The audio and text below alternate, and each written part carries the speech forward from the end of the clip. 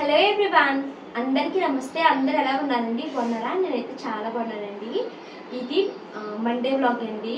ఈరోజు అయితే షానుకి మనుకి స్కూల్లో ఇన్స్పెక్షన్ ఉందట. సో కొంచెం ఎర్లీగా స్కూల్కి అయితే రావాలనేసి టీచర్ చెప్పారండి. షాను మను వాళ్ళకి మొన్న సెప్టెంబర్ 4th నుంచి సెలవులు వచ్చినాయి అనమాట. ఈ 3.5 days ఎలా గడిచిపోయినాయి అన్నది తెలియలేదండి. అసలు సెలవులే కానీ రోజు చాలా ఫాస్ట్గా అసలు ఎలా గడిచాయి అన్నది కూడా తెలియకుండా గడిచిపోయినాయి. ఇంక రేపు ఈరోజు అయితే స్కూల్కి ఎర్లీగా రావాలి, ఇన్స్పెక్షన్ ఉంది అన్నారు.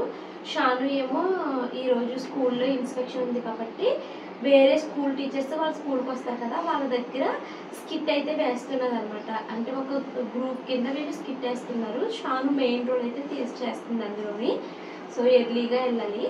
ఇంకా నేను మార్నింగ్ అయితే 6 o'clock అలారం పెట్టుకున్నాను, కానీ నాకు 5:30కి మెలకు వచ్చేసిందండి. సరే 6 o'clock వరకు పడుకుందాం మనం ట్రై చేశాను, కానీ ఇంకా నిద్ర రావట్లేదు అనేసి 5:50కి అయితే లేగేసి ఇంకా నేను ఫ్రెష్ అయిపోయాను. ఇప్పుడు టైం అయితే కరెక్ట్గా 6:10 అవుతుందండి.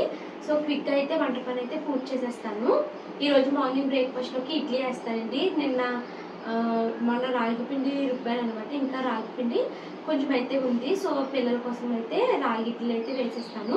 చట్నీ చేయాలి, వేరుశనగ చట్నీ. తర్వాత అయితే ఇప్పుడు లంచ్ బాక్స్లోకి వంకాయలు ఉన్నాయండి. బట్ మను వంకాయ కూర పెడితే తినదు.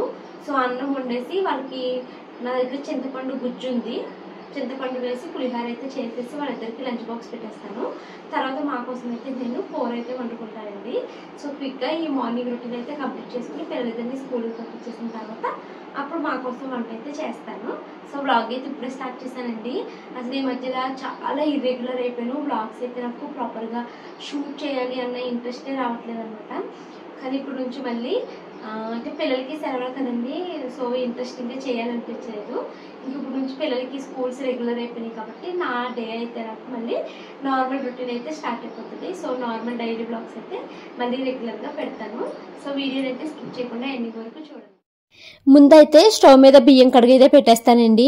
అందుకనేసి నేను అన్నం కుండ కోసం అయితే చూస్తున్నాను అనమాట. సో ఇప్పుడు 2 గ్లాసుల బియ్యం అయితే తీసుకుని వాటిని అయితే వాష్ చేసేసి స్టవ్ మీద అయితే పెట్టేస్తానండి. ఈ రోజైతే నేను ఇంకా కూర అయితే ఏమి వండాలి అని అనుకోవట్లేదు. పిల్లల కోసం ఈరోజు లంచ్ బాక్స్లోకి పులిహోర అయితే పెట్టేస్తాను. మేము తినేటప్పుడు మాకైతే వంట అయితే చేసుకుంటానండి. అంటే అన్నం ఇలాగా వండేస్తాను కాబట్టి మేము తినేటప్పుడు మా కోసం కూర అయితే వండుకుంటాను. సో ఇంకా నేనైతే బియ్యం అయితే కడిగేసానండి. దాంట్లోకి అయితే మంచినీళ్ళు అయితే పోసేసి స్టవ్ మీద అయితే పెట్టేస్తున్నాను. ఇంకా కూర వండే పని మార్నింగే లేదు అనుకోండి, చాలా టైం అయితే నాకు కలిసి వచ్చినట్టు ఉంటుంది అనమాట. సో బియ్యం కడిగి స్టవ్ మీద పెట్టేశాను కదండి. ఇంక ఇప్పుడు నేను పులిహోర చేస్తాను. సో పులిహోర కోసము చింతపండు గుజ్జు అయితే ఆల్రెడీ ముందు చేసుకున్నది ఫ్రిడ్జ్లో ఉంది. అండ్ ఇంకా ఈరోజు బ్రేక్ఫాస్ట్ అయితే మాత్రం ఇడ్లీ వేస్తున్నానండి. సో ఇంకా ఇడ్లీ కోసము ఇడ్లీ పిండిని నేను చేసిన చట్నీ ఉంది, అది తీసుకుంటున్నాను. అలాగే పాలు మా వారు లెగిస్తే టీ తాగుతానని అడుగుతారు కదా, సో పాలు కట్ చేసి స్టవ్ మీద పెట్టాను అనుకోండి. ఆయన లేవంగానే ఆయనకి టీ అయితే పెట్టేస్తాను. సో ఫస్ట్ అయితే ఇంకోండి పాలు అయితే కట్ చేసుకుని స్టవ్ మీద అయితే పెట్టుకుంటున్నాను. నేను పాలు కట్ చేసుకుని ఇలా పెట్టుకునే లోపల మా వారు అయితే నిద్రలేసారనమాట. పాలు మరిగేలోపల మా వారైతే ఫ్రెష్ అయ్యి వచ్చేస్తే అప్పుడు ఆయనకి టీ అయితే పెట్టిస్తానండి. ఇంకా చెప్పాను కదండి ఈరోజు ఇడ్లీ వేస్తున్నాను అనేసి. నేను మొన్న రాగి ఇడ్లీల కోసం అయితే పిండి అయితే రుబ్బుకుని ఉంచుకున్నాను. నిన్న కొంచెం ఇడ్లీలు వేసాను, ఇంకా మిగిలిన పిండి అయితే ఫ్రిడ్జ్లోనే ఉంచేసాను అనమాట. సో అది బాగా చిక్కగా ఉంటే దాంట్లోకి నీళ్ళు ఉప్పు అయితే వేసి మిక్స్ చేసుకుని ఇడ్లీ అయితే వేసుకుంటున్నానండి. ఈరోజు ఈ వీడియోలో నేను మన సబ్స్క్రైబర్ ఒకళ్ళు క్లౌడ్ కిచెన్ స్టార్ట్ చేశారు అని చెప్పాను కదా. సో తన స్టోరీ అయితే చెప్పారండి. తన లైఫ్ గురించి జరిగింది చెప్పారనమాట. ఇది మీ ఆడియన్స్ అందరితో షేర్ చేయండి అక్క, నాలాగా ఎవరు ఎలాంటి సిచ్యువేషన్ని ఫేస్ చేయకూడదు అని తన డీటెయిల్స్ అన్నీ నాకైతే మెసేజ్ల రూపంలో అయితే పంపించారండి. సో అవైతే నేను మీకు ఇక్కడైతే చెప్తాను. ఆ అమ్మాయి నేమ్స్ అయితే ఇంక్లూడ్ చేయొద్దని చెప్పారు. బాగా మరదలంట లవ్ చేసుకుని తర్వాత పేరెంట్స్ నొప్పించుకుని అరేంజ్డ్ మ్యారేజ్ అయితే చేసుకున్నారంటండి. వాళ్ళ హస్బెండ్ మంచి MNC కంపెనీలో జాబ్ చేస్తూ ఉండేవారంట. మ్యారేజ్ అయినా ఒక 16 monthsకి ఫస్ట్ ఒక పాప పుట్టారు, తర్వాత 3 yearsకి ఒక బాబు కూడా పుట్టారంటండి. సో తను వాళ్ళ హస్బెండ్కి మంచి జాబ్ ఉంది కదా అనేసి తను హ్యాపీగానే ఉండేదంట. ఏమి జాబ్ చేయాలి, తన కాళ్ళ మీద తను నిలబడాలి, ఫైనాన్షియల్గా హస్బెండ్కి సపోర్ట్ ఉండాలి అని ఎప్పుడు ఏమి అనుకోలేదంటండి. హస్బెండ్కి మంచి జాబ్ ఉంది, హ్యాపీగా లైఫ్ అంతా సాగిపోతుంది కదా అన్నట్టుగానే ఉన్నదంట. నేనేం చేస్తాంలే ఇంకా ఇంట్లో ఉండి పిల్లల్ని చూసుకుంటే సరిపోతుంది కదా అని అనుకునేవారంటండి. 2022లో జ్యువెలరీ రీసెల్లింగ్ ఒక చిన్న బిజినెస్ ఇన్స్టాగ్రామ్లో స్టార్ట్ చేశారంట. 6 months చేసి వదిలేశారంట. అంటే మనం ఇప్పుడు ఏ బిజినెస్ మొదలు పెట్టినా మనకేమీ వెంటనే సక్సెస్ అయిపోయి ఆర్డర్స్ అలా వచ్చేవి కదండి. సో ఇప్పుడు మా హస్బెండ్ జాబ్ బాగానే ఉంది కదా, తను తీసుకొచ్చే శాలరీ మనకి లోన్స్కి, ఈఎంఐలకి, అలాగే హౌస్ రెంట్లకి అలా సరిపోతుంది కదా అన్నట్టుగా తను అంత సీరియస్గా తీసుకోలేదు. ఆ బిజినెస్ని కూడా వదిలేశారనమాట. సో ఇలా హ్యాపీగా తన లైఫ్ సాగిపోతున్న తరుణంలో వాళ్ళ హస్బెండ్కి సడన్గా జాబ్ అన్నది పోయిందంటండి. ఇగురు పెట్టినప్పుడు నేను అయితే చాలా నీట్గా తోమినట్టు అర్థం. ఇంకేం వచ్చిందంటే చాలా నీట్గా తోమేసామని అర్థం కదమ్మా.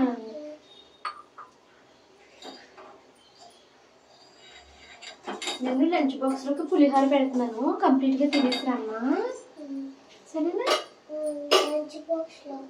లంచ్ పులిహోర నీకు ఇష్టం కదా, పులిహోర నిజమా కదా.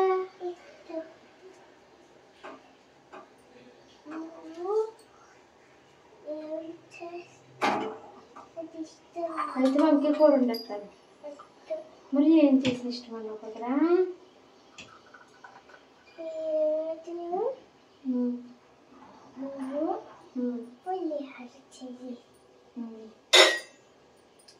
లంచ్ బాక్స్ మొత్తం ఖాళీ చేసుకుని రావాలి సరేనా.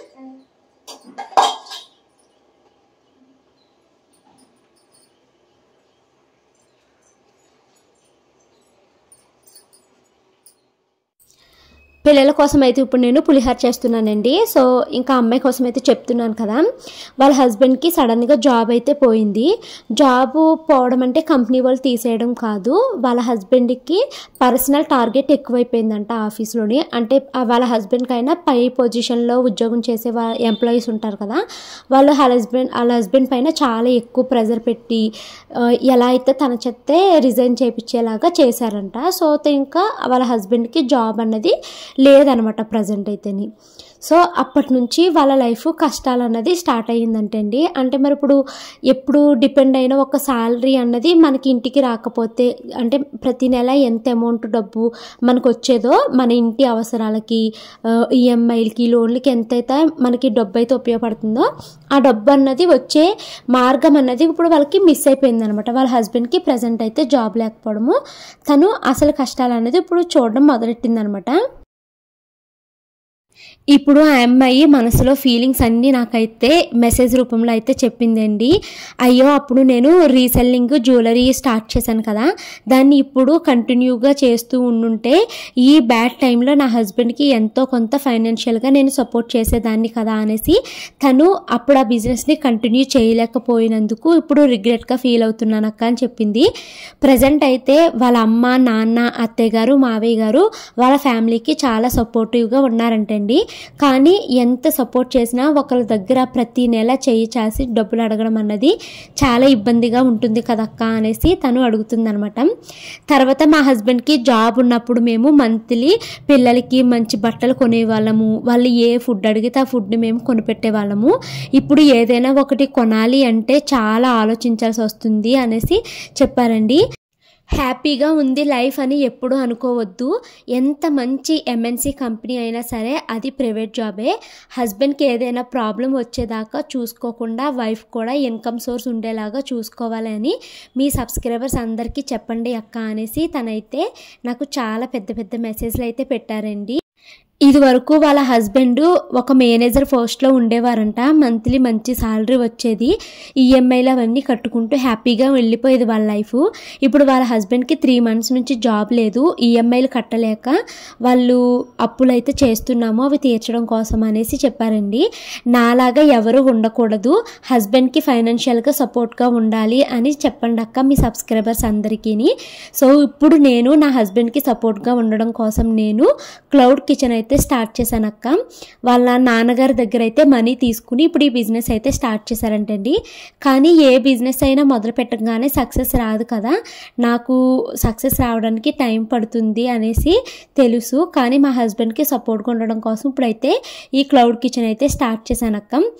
ఇప్పుడు నేను మా హస్బెండ్కి ఇంత బ్యాడ్ టైంలో ఫైనాన్షియల్గా సపోర్ట్ చేయలేకపోతున్నందుకు నా మీద నాకు చాలా కోపము బాధగా కూడా ఉంది అక్క అనేసి తనైతే చెప్తున్నారండి. క్యూట్ ఉన్నావు షానమ్మా, చేసేసుకు గెలుపు దిగను.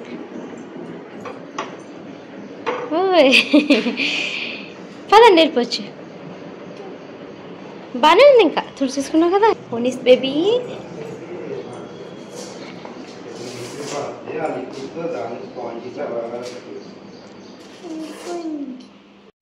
7:50 కల్లా పిల్లలిద్దరిని అయితే స్కూల్కి పంపించేశానండి. ఈరోజు స్కూల్లో ఇన్స్పెక్షన్ ఉంది అని చెప్పాను కదా, సో ఎర్లీగా రావాలి అనేసి టీచర్ చెప్పారు. సో పిల్లల్ని అయితే స్కూల్కి పంపించేసి నేనైతే నైట్ చేంజ్ చేసేసుకున్నాను. ఇప్పుడు నేను మా వారు కలిసి వాకింగ్కి అయితే వెళ్తామండి. ఒక 1/2 అవర్ వాకింగ్ చేసుకుని కొద్దిసేపు ఏమో ఓపెన్ జిమ్లో ఎక్సర్సైజెస్ అవి అయితే చేసుకుని వస్తాను. వాషింగ్ మిషన్ అయితే డ్రమ్ డీస్కేల్ అయితే చేస్తున్నామండి. మన డోర్ మెట్లు ఉతికాను కదా, సో అందుకనేసి డ్రమ్ము డ్రీస్కేల్ అయితే చేస్తున్నాం అనమాట. డిమార్ట్ నుంచి పౌడర్ అయితే తీసుకుని వచ్చాము, అది వేసామండి. ఇంకా అది అవుతుంది, అది అవ్వడానికి ఇంకా 10 మినిట్స్ టైం ఉంది. సో అది అయిపోతే ఇంక మేమిద్దరము వాకింగ్కి అయితే వెళ్ళేసి వచ్చేస్తామండి. వచ్చిన తర్వాత ఇంక మళ్ళీ ఫ్రెష్ అయ్యి వంట చేయాలి, ఎడిటింగ్ చేయాలి, ఇలాగ చాలా పనులు అయితే ఉన్నాయి.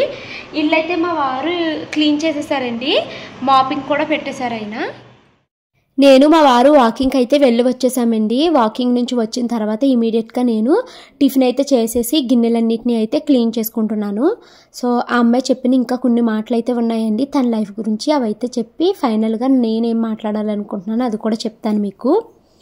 సో తనైతే చెప్తుందండి, ఇది వరకు అంటే వాళ్ళ హస్బెండ్కి ఇప్పుడు జాబ్ పోయి 3 మంత్స్ అవుతుందంటండి. 3 మంత్స్ క్రితం వరకు తన లైఫ్ చాలా చాలా హ్యాపీగా ఉండేదంట, కానీ ఇప్పుడు లైఫ్ అలా లేదంట, నాకు చాలా ఏడుపు వచ్చేస్తుంది అక్క అనేసి తనైతే చెప్తున్నారండి. ప్రజెంట్ వాళ్ళ హస్బెండ్ అయితే జాబ్ సెర్చింగ్లో ఉన్నారంట.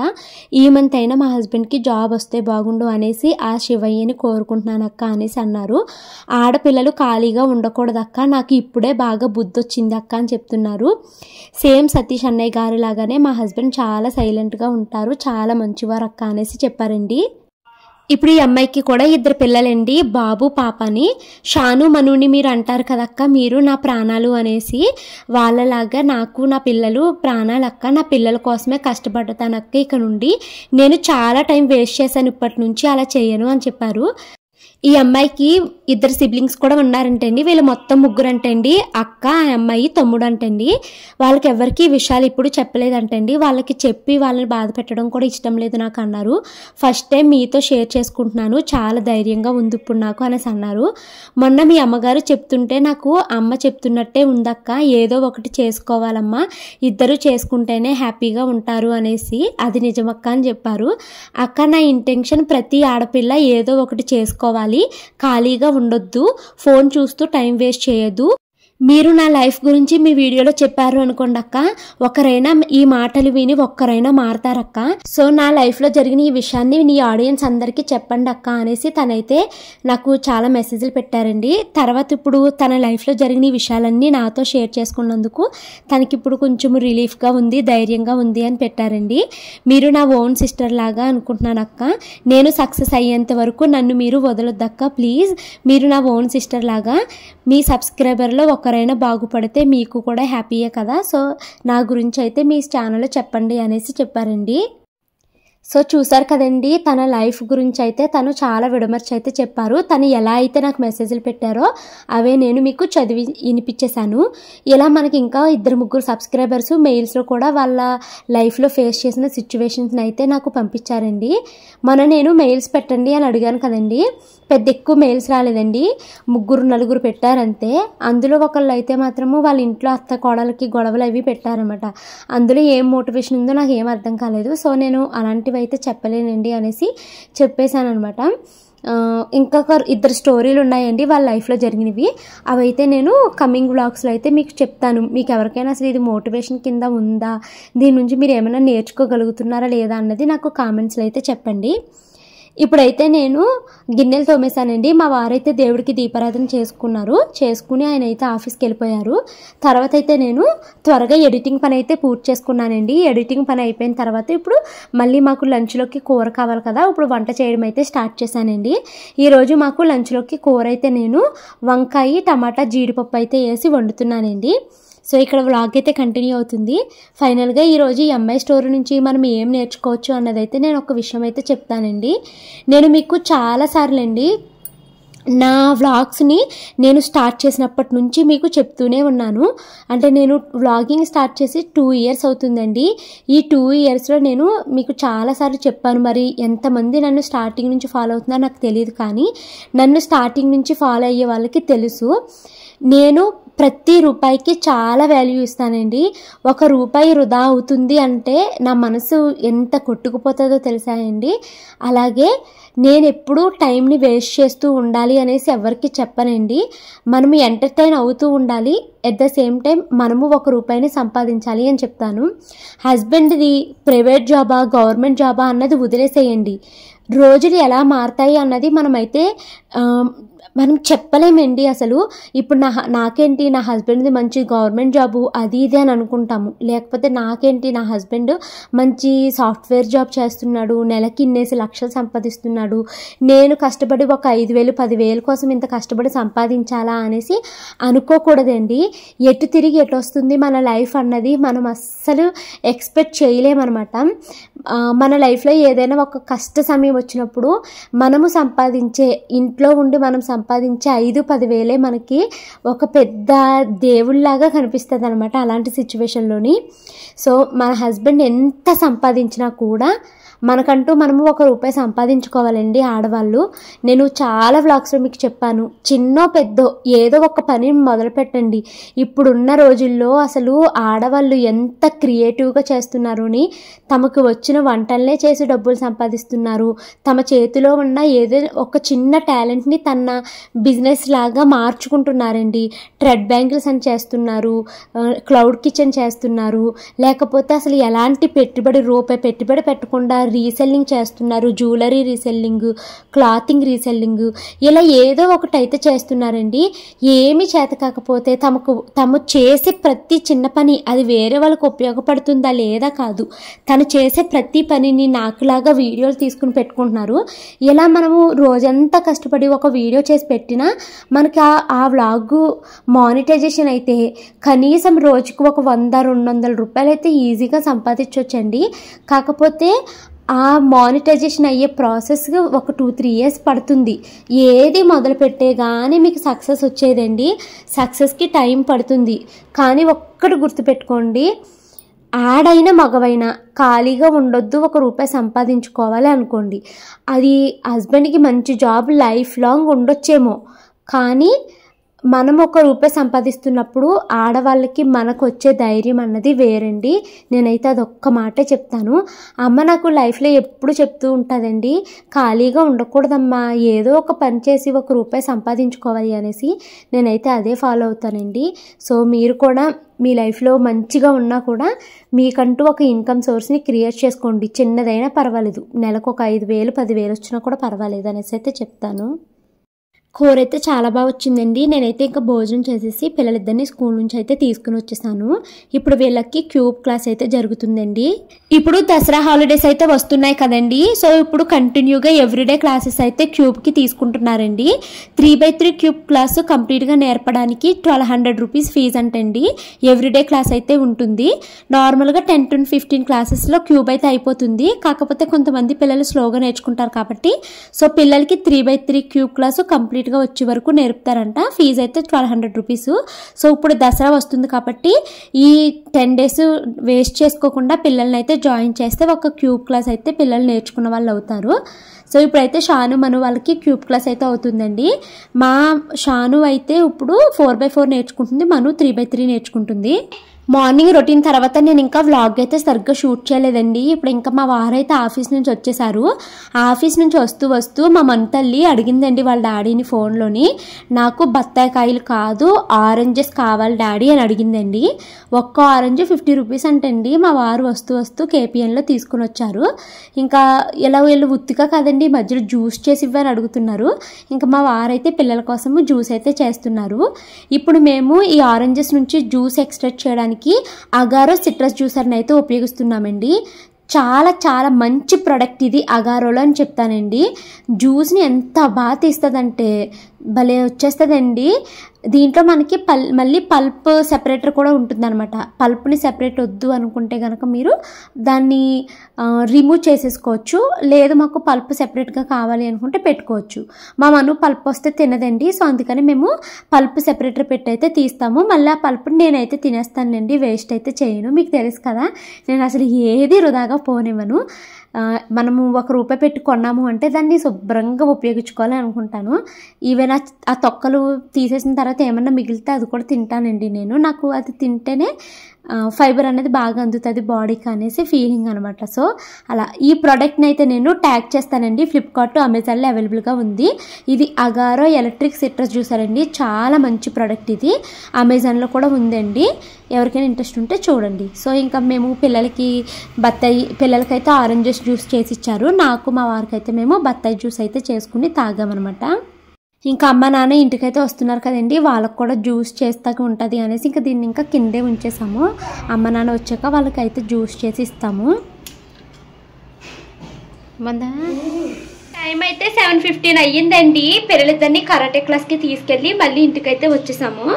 క్లాస్ అయితే కంప్లీట్ అయిపోయింది. ఇంకా మార్నింగ్ నేను కూర చేశాను కదండి, వంకాయ కూర, అది ఇంకా చాలా ఉంది. ఇప్పటికైతే మాకు సరిపోతుంది. ఇంకా అన్నం వండుకుంటే ఈ పూటకి మాకు డిన్నర్ అయితే కంప్లీట్ అయిపోతుంది. ఇంకా డిన్నర్ చేసేసి గ్యాస్ స్టవ్ క్లీన్ చేయాలండి. మొన్నటి నుంచి గ్యాస్ స్టవ్ క్లీన్ చేయాలి అనుకుంటున్నాను. అలా పోస్ట్ పోన్ అయిపోతుంది. ఇప్పుడైతే నీట్గా శుభ్రం చేసేసుకుంటాను. కరాటే క్లాస్ నుంచి వస్తూ అక్కడ సంత ఉంటే గోంగూర అయితే తీసుకున్నానండి. రేపు పప్పు గోంగూర వండుదామనేసి. మా వారైతే మూవీ పెట్టారండి. మూవీ పేరు ఏంటో మరి చాలా డిఫరెంట్గా అనిపించింది, మర్చిపోయాను నేను మూవీ పేరు. అదే వెన్నెల కిషోర్ ఉంటారు కదండి, అయిందనమాట. చాలా బాగుంది మూవీ అయితేనే, సస్పెన్స్ కానీ.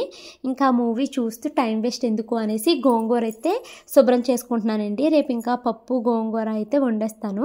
పప్పు కూడా నైట్ పడుకునేటప్పుడే నానబెట్టేసుకుంటాను.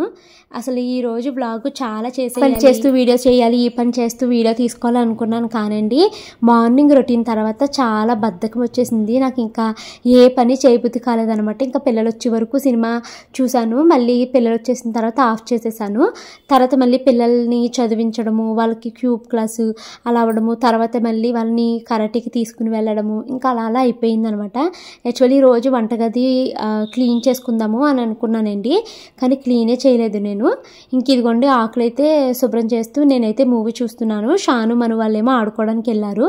వాళ్ళని కూడా నేను అస్సలు ప్రాపర్గా చదివించట్లేదండి. 18th నుంచి హాఫ్ ఇయర్లీ ఎగ్జామ్స్ అయితే వచ్చేసినాయి. షానుకి చదివించాలి ఇంక. టైం అయితే 9:30 అయ్యిందండి. డిన్నర్ అయితే చేసేసిన తర్వాత గిన్నెలు ఉంటే వాటిని కూడా క్లీన్ చేసేసుకున్నాను. ఇంక ఈ గ్యాస్ స్టవ్ అయితే క్లీన్ చేయాలి, కానీ నాకు ఇంకా బద్ధకంగా ఉందండి, పడుకుందాం అనిపిస్తుంది. సో ఇది రేపు అయితే క్లీన్ చేసుకుంటాను. ఇంక ఇక్కడ ఈరోజు ఇంకా గిన్నెలు తోమేసాను కదా, ఇంకా పడుకునిపోతానండి. ఇంకా రేపు అయితే లంచ్లోకి పప్పు వండుదాం అనుకుంటున్నాను. సో అందుకనేసి కందిపప్పు అయితే నానబెట్టుకున్నానండి. అలాగే పప్పులోకి గోంగూర వేద్దాము అనేసి ఇందాక కరాటే నుంచి వస్తూ ఒక 20 రూపీస్ గోంగూర అయితే తీసుకున్నాను. గోంగూర కూడా నీట్గా అయితే శుభ్రం చేసేసుకున్నానండి. పప్పును కూడా 2 టైమ్స్ నీట్గా అయితే వాష్ చేసేసాను. సో పప్పు అయితే నీళ్ళు పోసేసి నానబెట్టేసుకున్నానండి. ఆకుకూర ఇంకా రేపు శుభ్రం చేసి ఇందులో అయితే వేస్తాను. కందిపప్పు బాగా నానితే గ్యాస్ రాదంటున్నారు కదా, అందుకనేసి కందిపప్పు అయితే ముందే నానబెట్టేసుకుంటున్నాను అనమాట. సో ఇక్కడితో ఈ వ్లాగ్ అయితే ఎండ్ చేస్తున్నానండి. వీడియో నచ్చితే కనుక లైక్ చేసి కామెంట్ చేయండి. రేపు మరొక మంచి వీడియోతో మిమ్మల్ని కలుస్తాను. అంటే బై బాయ్.